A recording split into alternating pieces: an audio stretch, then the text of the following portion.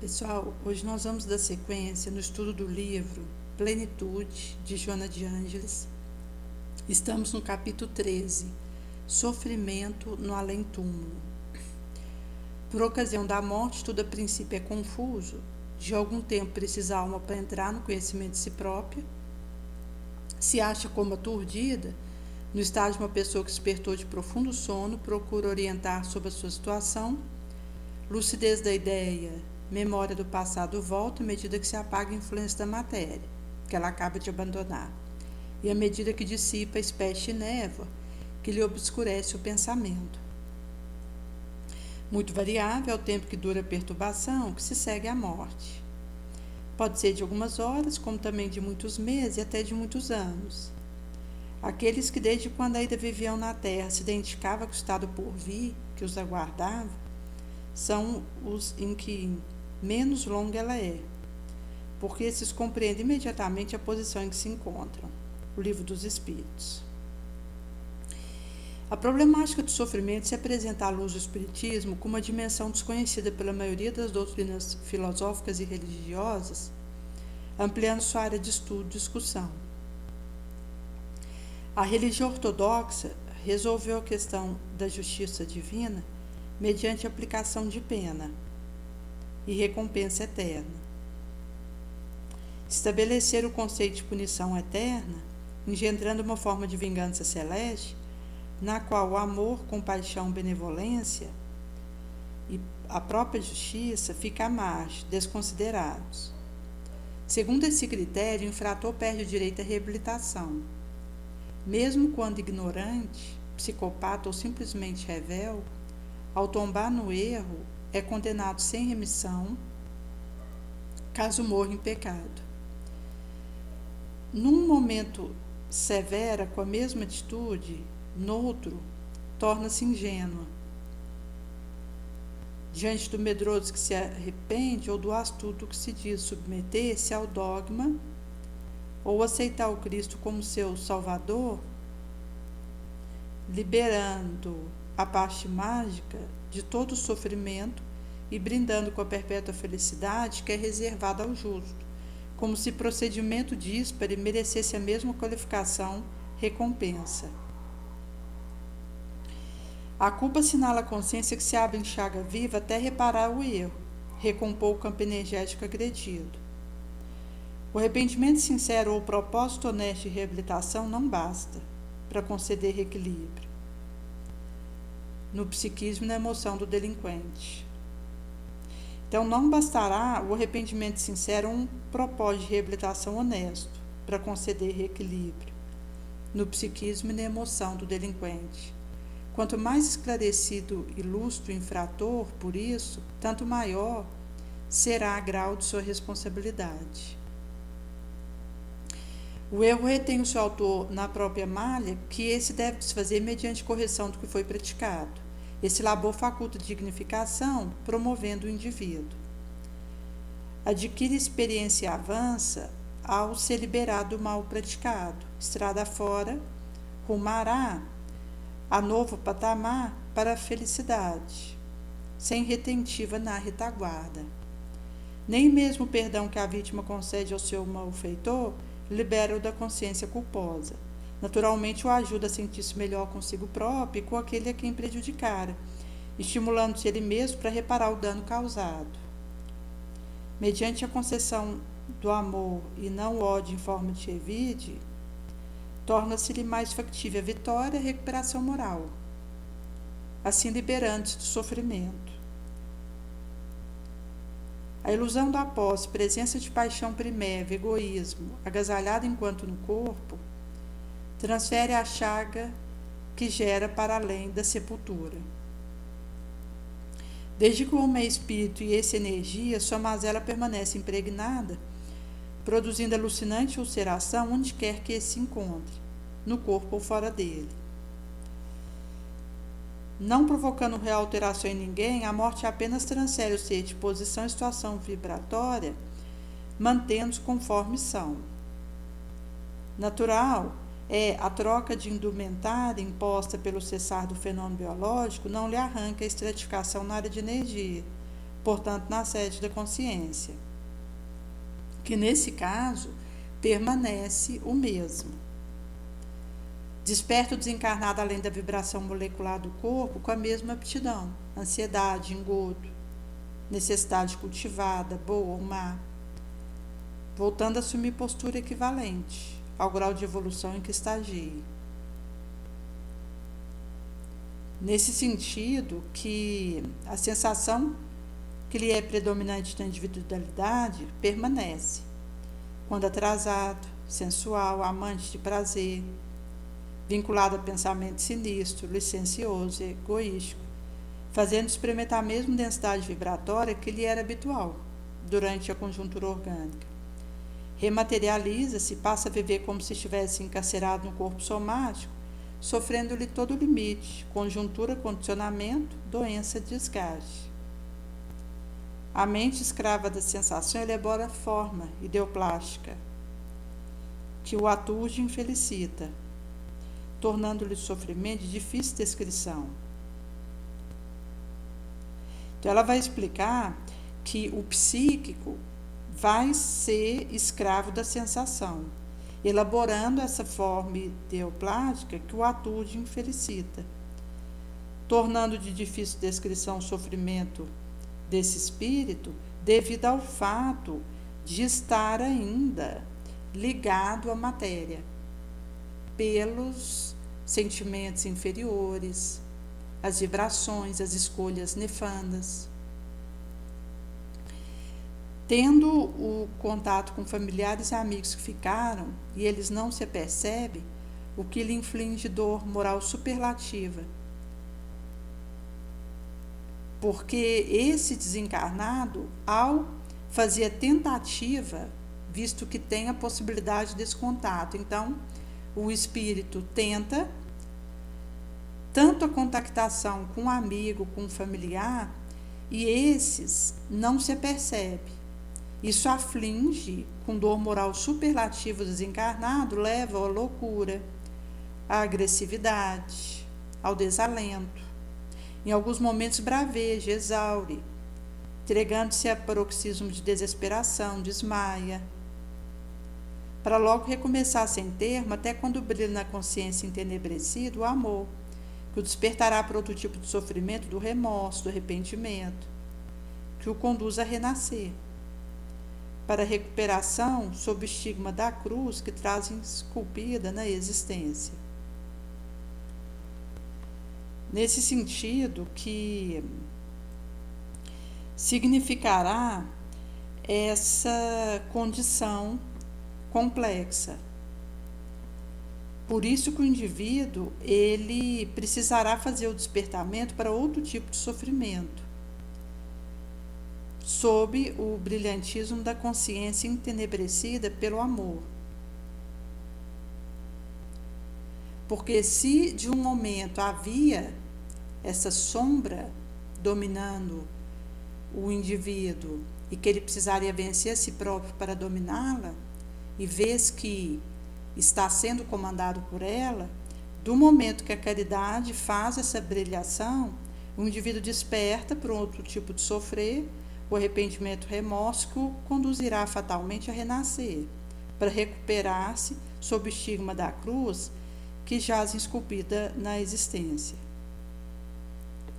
Enquanto não lhe chega esse socorro, une-se em magote de desesperado que constrói região dantesca, onde se omisia e prossegue sob o açodar, da pena que o automatismo da lei de Deus, neles próprios, como em todos nós inscritas, impõe. E nesse sentido que o sofrimento nessas regiões decorrerá dos atentados perpetrados com a anuência da razão. Ninguém se evade da consequência do seu ato, como planta alguma produz diferente fruto da sua própria estrutura fatalista. O amor é a grande lei da vida, é ele que estabelece critério de justiça com igualdade para todos, respondendo em reação conforme praticada a ação. Conduta moral mental cultivada durante a existência corporal propicia resultado correspondente, impregnando o ser com o hábito que se transforma em experiência de libertação, ou retenção, consoante a qualidade que se revista. Prolongamento da vida após a morte física faz com a mesma característica, resultando as fixações como por vindouros critérios de comportamento. Porque a mente viciada gera necessidade que não encontra correspondente satisfação, o sofrimento é a constante presença naquele que se enganou ou logrou prejudicar os outros. Consciência encarcerada na ignorância da lei da vida, quando é chamada ao sofrimento purificador, entrega-se à rebeldia e busca fugir da colheita que lhe chega mediante o suicídio horrendo. Então, ela vai explicar que, chegado na rebelião, buscará fugir da colheita que lhe encontra mediante o horrendo suicídio, discreto, espetacular. Para a própria Degita, mais dolorosa encontrar a vida que ultrajara, com um gesto desvairado, somando a nova dor, a frustração por constatar-se como indestrutível e a aflição decorrente do ato praticado que produz dilaceração. No perispírito que passa, então, a sofrer males que não o conduzia. Além desses que estão na sua realidade espiritual, a consequência infeliz tais dor dos familiares, revolta que nele se instala, exemplo negativo que estimula outras por vindouras defecções, problema que recai sobre os que ficaram, produzindo-lhes sofrimentos inenarráveis, que se arrastam por decênios largos, até o momento de retorno à Terra, com as marcas da deserção. Noutros casos, buscando fugir à enfermidade degenerativa, outros recorrem à eutanásia, na ingênua perspectiva de sono eterno sem despertar, quando tudo fala de atividade, de progresso, de vida. O letargo que busca é povoado de pesadelo sombrio, presença espiritual impiedosa, que lhe invectiva o ato e a atormenta sem descanso. Então ela vai explicar que a busca por esse letargo é populachado de pesadelo sombrio e presença espiritual impiedosa, que lhe invectiva o ato e o atormenta sem descanso. Em hipótese alguma, a morte faz cessar sofrimento, porque, não anulando a consciência, faculta-lhe logicar, vivenciar o prosseguimento da experiência. E porque a percepção pertence ao espírito, vai acontecer que continua sendo transformada na delicada engrenagem de energia em sensação, emoção. Então ela vai explicar que, em hipótese alguma, a morte cessará o sofrimento, por não anular a consciência. Faculta logicar, vivenciar, prosseguir a experiência, e porque percepção pertence ao espírito, continua sendo transformada na engrenagem delicada do circuitário energético, em sensação, emoção. Daí manifestação do sofrimento corrigindo o erro, conduzindo o infrator à reparação. Ninguém pensa em morrer para libertar-se, caso não se libere antes do fenômeno de alterações biológicas pelo processo da morte. A ilusão que se permite ao indivíduo conceituando a vida como um acidente biológico é a grande responsável pelos disparates que lhes engendram dor, sofrimento. Somente a conscientização, a individuação verdadeira permite uma vida saudável na Terra e além dela. Quando ocorreu o fenômeno da morte, é natural o processo final de ciclo biológico. Prosseguindo ser além da disjunção cadavérica com a consciência de si próprio, é natural permanecer nele impressa a sensação e emoção amplamente vivida. Como efeito, aquela que lhe constituíra bênção ou desarmonia predomina com mais vigor, dando curso à vida, embora noutra dimensão. Nessa panorâmica ressalta a impressão grosseira de que não quis ou não se pôde libertar, gerando sofrimento correspondente, qual se permanecesse na esfera física. Como é compreensível, a fantasia cultivada, desequilíbrio da insensatez, gera na área do sentimento amargura, que é complementado pelo complexo resultado da consciência de culpa, em razão do erro perpetrado e de tudo quanto de positivo ele houvera podido realizar e não lograra fazer. Inclusive as insanchas de ser útil, de fazer o bem, que deixou passar. Porque nós somos responsáveis não só pelo mal que fazemos, mas pelo bem que deixamos de fazer. Porque do momento que eu me permito desarmonias insensatas, ilusões cultivadas e alimentadas e palatabilizo isso, vai acontecer que vão passar as oportunidades de ser útil ou não. Vou conseguir perceber ou vou ignorar pela minha conduta escolhida, pela atitude mental que optei. E é nesse sentido que deixar de fazer o bem quando temos a instância para realizar isso, também gera males, tanto quanto fazer um mal diretamente. Nesse sentido que a gente tem a maior parte da pipocação dos males no mundo pelos que ficam em cima do muro. A pessoa alega que não faz o mal, mas ela também não faz o bem que poderia. E esse tipo de recuo, de omissão, leva a pipocamentos maléficos. E é a partir disso que a gente tem situações danosas que pululam pela terra. Por isso que a consciência que se apresenta culpada engendra mecanismos de reparação, que se transforma em pesadelo de arrependimento desnecessário, assim permanecendo como látego inclemente, a infligir-lhe punição.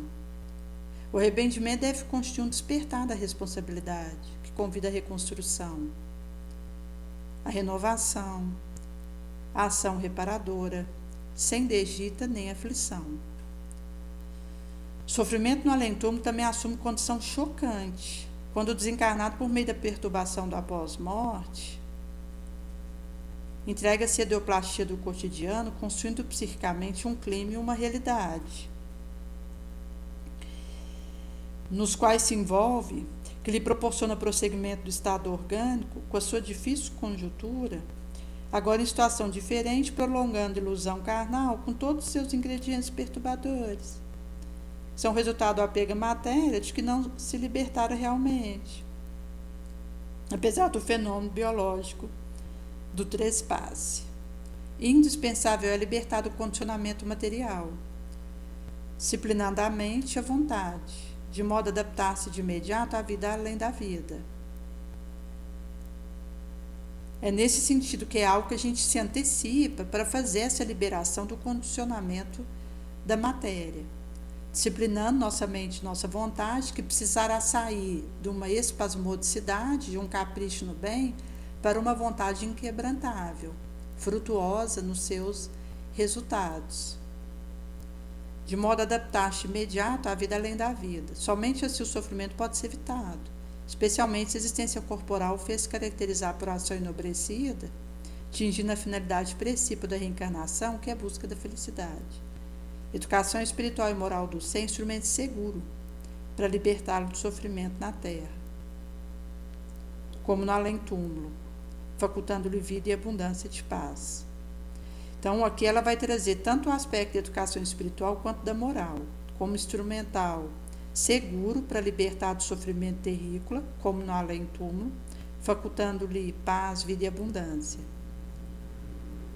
E aqui vai ser trago o aspecto da nossa ingência de oferecermos instrução uns para os outros, porque a experiência que nos diz acerca de alertas que somos chamados a realizar enquanto na direção uns dos outros, para amar-nos e instruir-nos. Por isso que isso se faz pedido necessário desde a primeira infância, levando essa instrução espiritual moral para que o ser tenha ferramentais seguros para fazer sua reforma moral e atender o seu propósito de vida, à medida que ele vai fazendo a absorção desses conteúdos, dessa elevação, enquanto está em desenvolvimento na primeira, segunda infância, adolescência, na juventude. É nesse sentido que precisaremos ter essa escolha por nos educarmos e nos instruirmos em Jesus. Chegado aqui, poderemos, então, substituir um capricho no bem, uma vontade espasmódica, por uma vontade calma e perturbável, indetível, perseverante, inquebrantável em sua ação, frutuosa em seu resultado. Irmãos, toma como exemplo no sofrimento e na paciência os profetas que falaram em nome do Senhor. Eis que chamamos felizes aos que sofreram. Tendes ouvido da paciência de Jobe, tendes visto o fim do Senhor, que o Senhor é cheio de ternura, de compaixão. Tiago 5, 10 e 11. Na libertação do sofrimento, capítulo 14, diante da gama infinita do sofrimento que dilacera a criatura, a finalidade da terapia profunda é arrancar-lhe a causa geradora. Ao lado de todo o contributo ético-moral que suaviza o sofrimento e altera-lhe a causalidade, enquanto esses contributos importantes, produzindo gêneses saudáveis para o porvir, a assistência médica, quando se trata de questão na área de saúde física, assim como a assistência da ciência psíquica no comportamento alienado ou no conflito da personalidade, são de relevante valor. Então, ela vai explicar que a finalidade da terapia profunda é arrancar a causa geradora. Seja qual for o tipo de sofrimento, a sua garra produz chaga de demorado processo degenerativo, às vezes levando à alucinação, a despautéria e a arbitrariedade, especialmente as pessoas destituídas de resistências morais. Então, ela explica que, seja qual for o porte do sofrimento, sua garra produz chaga de demorado processo degenerativo, às vezes levando à alucinação, a despautério, a arbitrariedade, especialmente nos destituídos de resistência moral. E é nesse sentido que, normalmente, trará intensidade captada conforme a sensibilidade de quem o experimenta. Há sofredores na esfera física portadores de alta capacidade para suportar a injunção, que, no entanto, tomba desalentado quando o sofrimento se apresenta no campo moral. A recíproca é verdadeira, consagrando os heróis das resistências quase inacreditáveis, sob o jugo dos terríveis acúlios cravados nos tecidos da alma. O sofrimento está muito relacionado com o processo espiritual. Ampla sensibilidade faculta-lhe maior profundidade emocional, que responde pela angústia e desagregação interior, sem queixume nem acusação.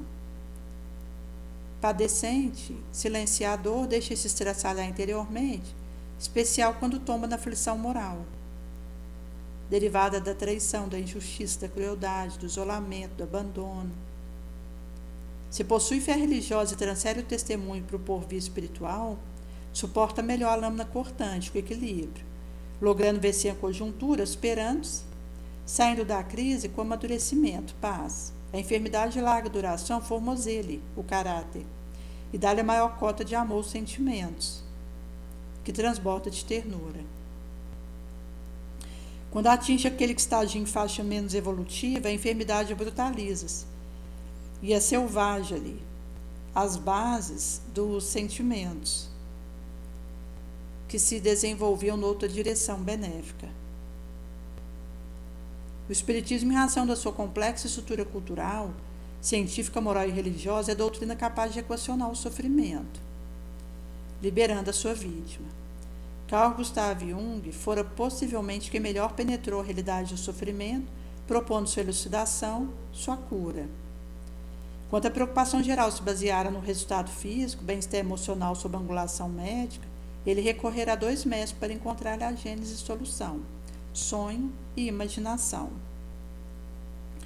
Embora reconhecesse que toda generalidade peca por insuficiência de recurso para o atendimento, desde que cada caso é específico e exige uma linguagem terapêutica especial, adota os 2 comportamentos como método eficaz para resultado saudável. Então, ele vai trazer que, embora reconhecendo que toda generalidade pecaria por insuficiência de recursos para atender, desde que cada caso é específico, exigindo linguagem terapêutica especial, adotar os 2 comportamentos como método eficaz para saudável resultado. Recomendava apoio religioso, portador de excelente contribuição para a cura da alma, na qual cedia toda causa de sofrimento. Individuação e a marcha na direção do luminoso constituíram um valioso mecanismo terapêutico para os problemas dos pacientes que o buscavam. A promoção moral proposta pelo Espiritismo e o contributo extraordinário que dá, pelo fato de ser alma imortal, herdeira do próprio ato, que equivocado são geradores de sofrimentos, e da reencarnação, em cujo renascimento o ser espiritual se depura, não raro mediante sofrimento, constitui terapia irrecusável no programa de eliminação da dor do indivíduo e na Terra. Então, ela vai explicar que a promoção moral proposta pelo Espiritismo, com seu respectivo contributo, é extraordinário, porque a alma é imortal, tendo herdado dos próprios atos, que equivocado gera sofrimento, e da reencarnação em cujo renascimento o ser espiritual se depurará, não raro mediante o sofrer, constituindo terapia irrecusável no programa preliminar no homem e na terra.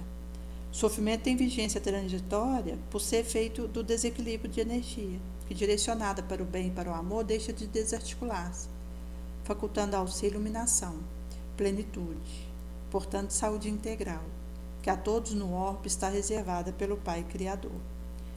Então, o sofrer ele tem uma vigência transitória, por efeito de um desequilíbrio energético, que ao ser direcionado para o bem e para o amor, deixa de desarticular-se, facultando ao ser iluminação, a plenitude, porque vai haver a canalização energética para a utilidade. Portanto, saúde integral, que a todos no orbe está reservada pelo Pai Criador, que cuida de nós. Nesse sentido, que a nossa arrumação para a perfeição significa um processo em que nós seremos chamados a fazer acontecer. Consoante vai ser trago em Jesus e o Evangelho, à luz da psicologia profunda. Sede, pois, vós outros perfeitos, como perfeito é o vosso Pai Celestial. Mateus 5,48. A incessante luta do espírito é direcionada para a perfeição relativa que lhe está destinada. Pouco a pouco, rompendo a couraça que lhe obstaculiza alcançar a meta, desvestindo-se do equipamento grosseiro, que são herança das experiências iluminativas, por cujo trânsito se movimentara, investe melhor recurso quando alcança o nível de consciência lúcida para fazer brilhar sua luz. Então, a Joana explica que, pouco a pouco, o indivíduo vai rompendo a couraça que lhe obsta alcançar a meta, se desvestindo de equipamento grosseiro, que é herança de experiência iluminativa, por cujo trânsito se movimentara. Investindo melhor recurso quando alcança o nível de consciência lúcida, para fazer brilhar a própria luz. Essa chispa divina que deve mergulhar no barro carnal, a fim de desenvolver seu Deus interno, que se encontra adormecido, engrandece à medida que vence a sombra profunda que a reveste, experienciando valor cada vez mais nobre, que lhe constitui grau de desenvolvimento moral e espiritual. Em cada etapa supera um óbice, cresce, amplia a capacidade de identificação com a vida mediante processo de aprendizagem, que lhe cumpre realizar esforço pessoal, longe de qualquer protecionismo ou excepcionalidade, visto que não há regime de privilégio, tendo-se em vista a superior justiça que rege todas as destinações. A fim de que seja alcançado esse mistério excelente, o método se encontra isto no amor, que é recurso valioso para facultar entendimento em torno dos acontecimentos das pessoas, suas insanchas e suas irmãs espirituais,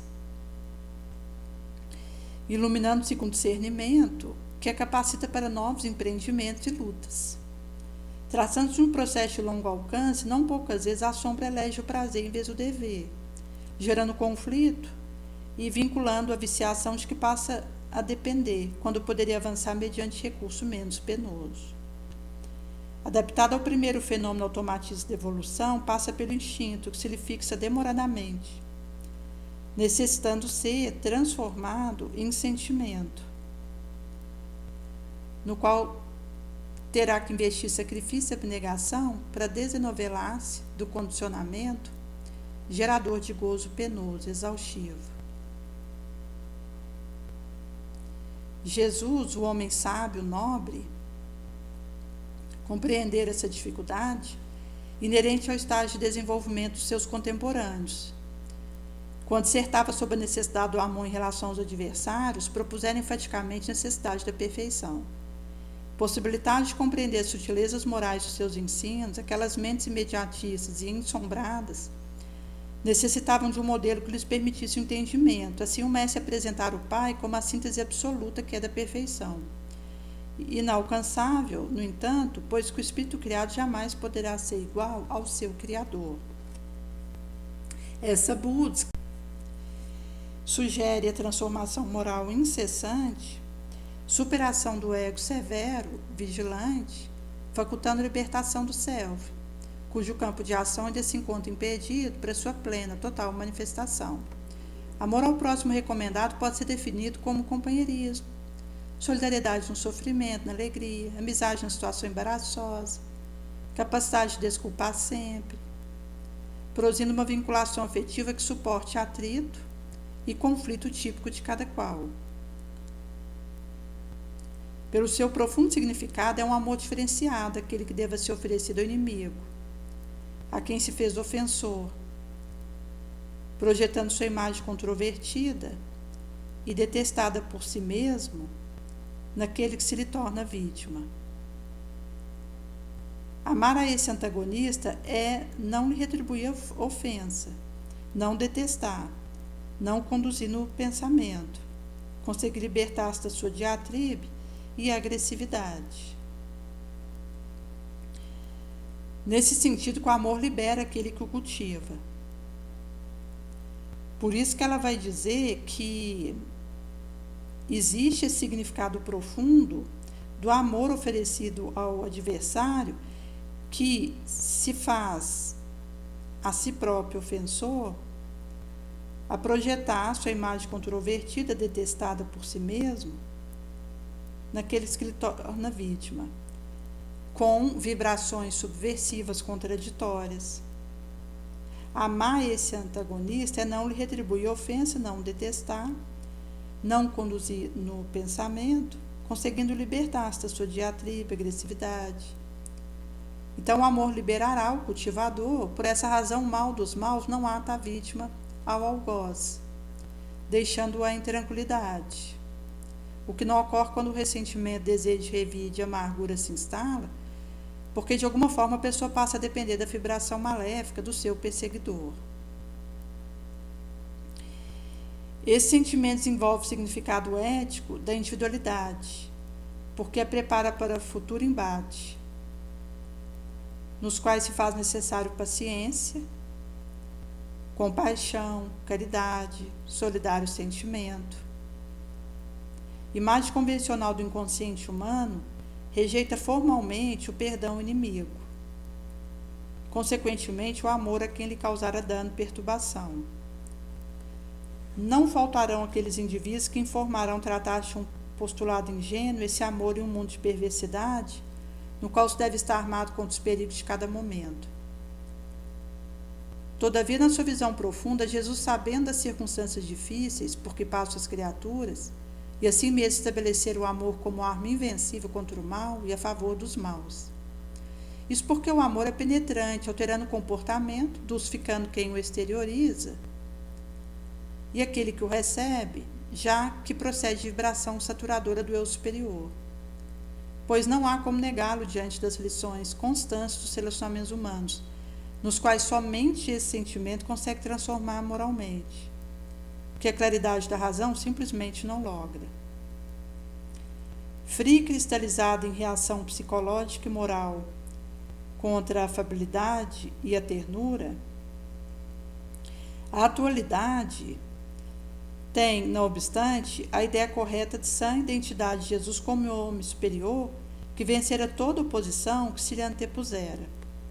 Então, ela vai explicar que a atualidade cristalizada, fria, na reação psicológica e moral contra a afabilidade e ternura, não obstante, a ideia correta de sã identidade já tem no mestre, como um homem superior que vencera toda oposição que se lhe antepusera. Nessa imagem conceptual do homem Jesus, pode-se conceber de alguma forma a grandiosidade de Deus, esperando qualquer conceito estabelecido de identidade e de humanidade. No ultrapassado antropomorfismo que a mitologia religiosa, nessa mitologia de religião do passado, lhe atribuíra. Nenhuma possibilidade existe de alguém ser perfeito como perfeito é o vosso Pai Celestial, dessa maneira. Não obstante, poderia-se inferir se é possível despojar-se do primarismo, como diamante para brilhar deve libertar-se de toda a ganga, passando pela necessária lapidação, visando que suas várias facetas se reflitam à luz de fora, possuidor que é de pureza e luz interna. Em razão da luta áspera que deve enfrentar, o indivíduo contemporâneo sofre de bloqueio profundo no inconsciente a respeito da necessidade de perfeição, encontrando-se mais preocupado com a conquista de recursos que lhe propiciem comodidade de hoje, repouso na velhice, esperança de melhor dia longe da enfermidade e do sofrimento, descuidando-se do essencial, que é o esforço para auto-abrir-se ao pressuposto espiritual de Jesus, como terapia solução para a questão afligente do cotidiano. Somente quando o ser humano consegue a própria integração, tornando-se uno consigo, realizando a perfeita harmonia entre o ser interno, que é, e o externo, que apresenta, realizando e vencendo a luta intrapsíquica contra o estabelecido, como triunfo e felicidade, aceitará os desafios propostos pelo Mestre. Porque é uma individuação e uma escolha que o indivíduo faz sem esperar pelo outro na marcha de sacrifício e de engrandecimento. Krishna propusera ao discípulo Arjuna lutar contra o Kuros, que são as viciações, utilizando-se da sua posição na casta Pandava, portadora de virtudes. E, não obstante os primeiros fossem mais numerosos, os últimos poderiam vencê-los com empenho. Nesse sentido, que luta desigual exigiria um campo de batalha próprio, o mestre informara ao aprendiz que seria na consciência que se travaria, portanto, de natureza intrapsíquica, sem aplauso nem proteção especial. Tem faltado na educação psicológica do ser humano o contributo da confiança abrangente, aquela que recomenda a formação de alicerce moral tranquilo e forte, desde que ministrada em calma e amorosamente, contrário ao que tem lugar na desconfiança geral diante de todo e de tudo, aguardando-se sinais definidores de qual rumo emocional se deve tomar, a fim de não se ser colhido pelo desar. Nesse sentido, que é uma postura que acaba limitando o indivíduo e o paralisa fatalmente, por ter faltado na educação psicológica do seu contributo dessa confiança abrangente, recomendando formar alicerce moral forte, tranquilo, ministrado em calma e amorosamente. Tem lugar, na desconfiança geral diante de todos e de tudo, a aguardar sinal definidor de qual rumo emocional se deve tomar, a fim de não se ser colhido pelo desar. O esforço pela perfeição, portanto, é válido, porque se antepõe à sombra, elimina a projeção negativa, estabelece pilotos harmônicos. contribuindo para o bem-estar do indivíduo em qualquer situação que lhe surja. Então, esse esforço perfectivo é validado por se antepor à sombra, estabelecer pilotes harmônicos, eliminar a projeção negativa, com o subsequente contributo para o bem-estar do indivíduo em qualquer situação que surja. Assevera com o pessimismo os campeões da sombra coletiva que o mundo é mau e deve ser combatido com astúcia e argúcia, jamais cedendo, nunca recuando, mantendo constância e vigilância contra as suas armadilhas. Porém, o ser que busca a plenitude não se turba diante desse conceito derrotista, porque sente que a realidade é muito diferente desse informe doentio. Pode observá-lo nele mesmo, que aspira a situação mais enriquecedora e a experiência mais feliz. O indivíduo, ele se permite experiência mais felicitadora, uma situação mais rica, moralmente, no seu espírito. Pela autoanálise, começa a avaliar quantos outros indivíduos também se encontram aspirando a esse equilíbrio, a essa perfeição. Empenha-se mais para tornar execuível o esforço direcionado para o bem, para a plenitude. O básico, o comum, já não lhe basta, porque aspirar mais é melhor. Respira uma psicosfera mais sutil, renovadora. E acaba se atrevendo a benesses e a voluntariados úteis que a maioria não aposta, abraça. Porque o indivíduo, ele faz essa confiança em si mesmo, em Deus acontecer. Desintoxica do vapor deletério nos quais estão mergulhados aqueles de consciência de sono, que ainda se comprazem um prazer físico no jogo do sentido e nas ilusões que lhes povoam a casa psíquica. Então, do momento que o comum e o básico já não lhe basta, por aspirar a mais e a melhor, vai fazer inspiração de uma psicosfera mais sutil, renovadora, desintoxica de vapor deletério, nos quais mergulhados estão os de consciência de sono, ainda comprazentes no prazer físico, nas jogatinas dos sentidos e nas fantasias que lhes povoam a casa mental. Jesus é em todo o seu ministério um homem são, transitando por um mundo enfermo e trabalhando para que se assemelhe àquele de onde viera e que oferece a todos quantos desejem segui-lo. Da mesma forma que nenhuma sujidade atirada contra a luz do sol o atinge, injúria, calúnia contra ele a sacada não o alcança, porque estava isento de sintonia com as contingências do seu tempo terrícola. Então ela vai explicar que, ao atirarmos sujidade contra a luz solar, não atingirá. Assim, calúnia e injúria, a sacada contra o mestre não alcançara, porque estava isento da sintonia com a contingência do seu terrícola tempo. A partir da proposta neotestamentária em favor de um mundo sadio, de um populacho melhor, graças à imensa contribuição da Boa Nova, puderas perfeitamente aceitar a proposição: sede, pois, vós outros perfeitos, como perfeito é vosso Pai Celestial. Na tentativa de buscar essa perfeição moral, já se pode sentir o efeito salutar no íntimo, pela satisfação de encontrar-se empenhado na autolibertação e autossuperação sombria. Então ela vai explicar que ao tentarmos buscar essa perfeição moral, já sentíamos os ressumos dos seus salutares efeitos e mais, pela satisfação de nos encontrarmos empenhados na autossuperação da sombra e na autolibertação. Por esse motivo que ela vai explicar como é importante nós, de fato, assumirmos essa perspectiva. No capítulo 23, ela vai falar um pouco da avareza. Essa noite mesmo tomar chão a alma, Lucas 12, 20. Diante do cosmo abundante e generoso, com infinitas instâncias de progresso e de engrandecimento de valor, somente o ser humano se expressa com mesquinhez e avareza, preocupado com a posse efêmera, que lhe pareceria garantir perenidade da vida e segurança existencial. Falsa conduta social de acumular para deter é remanescente do instinto primário, que se assegura da possibilidade de retenção da presa para o repasso futuro, sem dar-se conta da variedade de recursos que se encontra em torno, e servirão para preservar a vida. Essa força quase incoercível, porque ancestral, fincada no ego, responde por conflito socioeconômico, psicológico, político, que arrasta populaços à desesperação, escravizando o sentimento e a aspiração pela posse, que se expande na área da efetividade como herança patriarcal, de que tudo quanto se encontra à sua volta é de propriedade.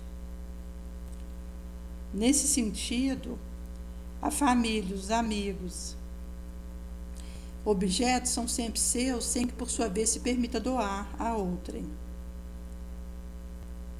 Tal condicionamento leva o indivíduo na sua masculinidade à prepotência sobre o feminino frágil, pecador, responsável pela sua perda de Éden mitológico.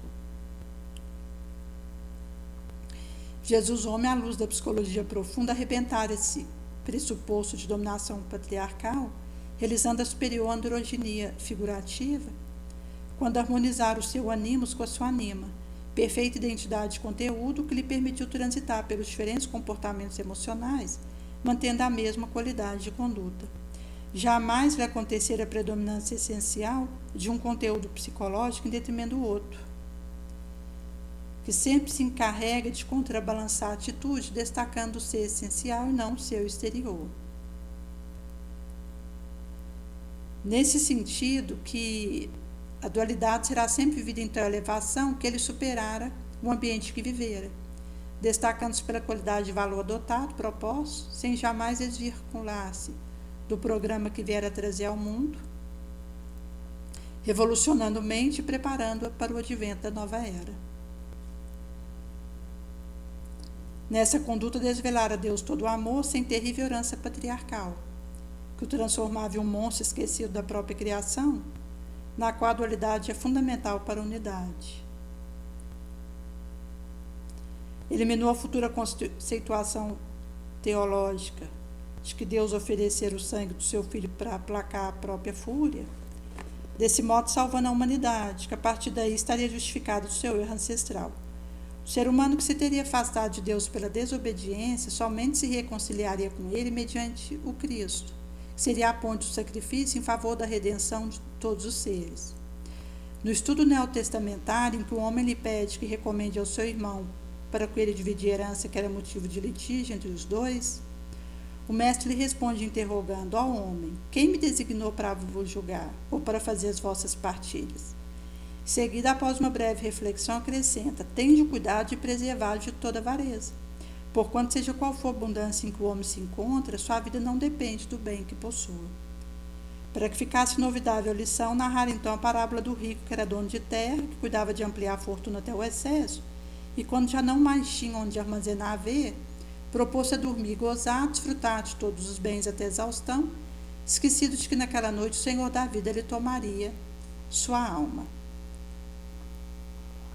Nessa história, ressuma o patriarcado da consciência, na simbologia do juiz, que quer imputar a Jesus como figura masculina ancestral desencadeada, que era predominante no comportamento jurídico e social da época. Nesse sentido, que o mestre jamais viera para julgar e condenar, dividir, justificar. Porque esse patriarcado consciencial na simbologia do juiz tentara imputar a Jesus figura masculina ancestral desencadeada, predominante no comportamento social e jurídico da época. Como Jesus jamais veio julgar, condenar, justificar e dividir, significaria destruir o sentido profundo de sua mensagem, o que intentaram fazer na sua direção, tornando trágico em sua construção de amor. Nessa postura psicológica do patriarcado remanescente, seria olvidada a realidade do feminino, mesmo que inconscientemente, evitando a harmonia integrada, que responde pelo ser perfeitamente identificado com a vida, sem junção caprichosa ou fragmentação dominante. Nunca o homem Jesus foi dominado, segundo a psicologia profunda, por representação inconsciente arquetípica. Seus arquétipos procediam de outras imagens ancestrais, representativas de páramos vibratórios superiores que transcendem o entendimento comum, portanto sem dominação fragmentada. Dessa forma, ele não era juiz, não impunha a lei, vivia-se e sofria, ensinando submissão aos códigos. Então, Jesus não era juiz, não impunha a lei e vivia e sofria, ensinando a submissão ao código, mesmo quando injusto, com o objetivo de estimular cada ser a ascender ao patamar superior do pensamento e da consciência, libertando-se de qualquer retenção no egoísmo ou na inferioridade competitiva existente no escalão inferior da transitoriedade carnal.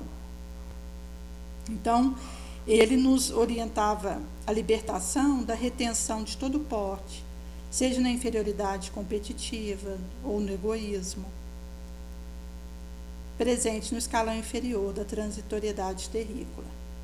A questão da riqueza assume na Boa Nova uma postura relevante, porque verdadeiramente ricos não são possuidores de coisas e volumes de ambição, mas aquele que se faz pobre de espírito de avareza, da paixão inferior, de angústia, enriquecendo o reino do céu, que se inicia na terra com o dom da renúncia, da abnegação, do amor que engrandece até a postura de caridade. Essa busca ininterrupta que se deve entregar ao ser humano é o desafio psicológico do autoencontro, da descoberta da realidade espiritual, do profundo sentido da existência além do campo de forma objetiva e sensual. Somente assim se pode entender o significado essencial da Boa Nova que ele viera trazer ao mundo, para que o mundo se libertasse da sua sombra coletiva e o ser humano iluminasse o seu lado escuro com a claridade da consciência lúcida, elevando-se a nível cósmico mais feliz e completo.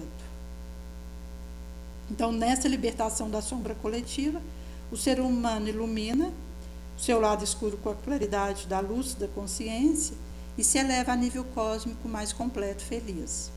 A missão inteligente do ser humano na Terra é promover o próprio como progresso geral, e aí reside o fim providencial da riqueza, que estimula a criatividade com o fim nobre e dignificação espiritual, mediante ampliação do pensamento, que se desveste da couraça do mito para realizar a obra em favor do seu crescimento emocional, moral. Via a postura do amor, surge compreensão de como aplicar-se a riqueza, multiplicando em obra que favoreça todos os seres com os ensanches de desenvolvimento dos valores internos, alterando a paisagem íntima, através de conquistas que lhes são apresentadas. Caridade, então, assume nova característica, e isso significará dignificar aquele que necessita, por facultar-lhe conquistar com dignidade o pão, lar, educação e saúde, por meio do próprio esforço que investe no trabalho honrado, que lhe é facultado pelo possuidor de riqueza. Essa forma de aplicar a virtude sã da caridade faz que mais se auto-enriqueça o administrador do que apenas amealhando no cofre da usura e da avareza, nos quais perde totalmente significado, conforme atribuído pela sociedade aos bens materiais. Nesse sentido, que vai significar o transcurso de uma existência corporal sempre de rápida expressão de tempo e de lugar, porquanto o carro orgânico passa com muita velocidade, quando se considera a dimensão do porvir e a intemporalidade do presente.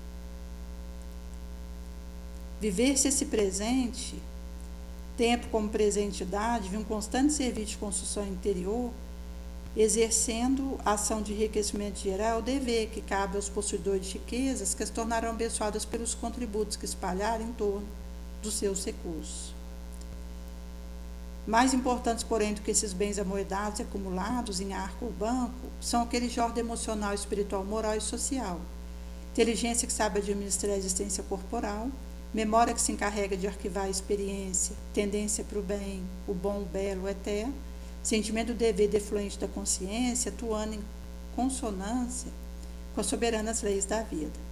São estes tesouros, sem dúvida, mais preciosos que os materiais, que pode transformá-los em valiosos empreendimentos salvadores de vidas, como instrução e educação, libertação do vício em razão do amparo, no campo da saúde e do trabalho, propiciando felicidade em todo lugar. Seja como for que se manifeste, a fortuna é alta responsabilidade que o seu detentor terá que prestar conta, inicialmente a si mesmo, pela sua dada consciência responsável, quando desperta e impõe a culpa pelo seu mau emprego. e diante da consciência cósmica da qual ninguém se evade por presunção, infantilidade emocional ou capricho. Na riqueza ou na pobreza, você adquire experiência valiosa que lhe deve constituir patrimônio de crescimento, rumando ao infinito. Nessa marcha inexorável pela busca de Deus, ampliando a capacidade de servir e amar, porquanto de um por outro momento pode soar-lhe uma voz que dirá: que insensato és! Essa noite mesmo tomar-te-ão a alma. Que sentido terá tudo quanto foi ou não armazenado, senão quando aplicado com sabedoria, elevação? Então, o único sentido daquilo que tenha sido armazenado ou não é direcionar isso com elevação e sabedoria, visando auxiliar o nosso entorno. É nesse sentido que é uma proposta urgente feita a nós. Por isso que Jesus ele vai nos trazer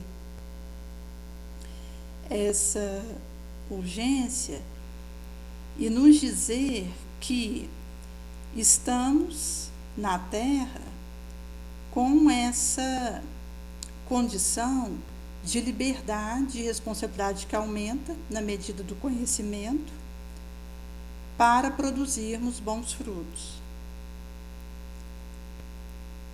Nesse sentido que Jesus não viera trazer paz à terra, essa modorrenta paz feita de cansaço e ócio, mas a paz dinâmica, gloriosa, conquistada com a espada flamejante da autoconsciência que dilui a sombra teimosa.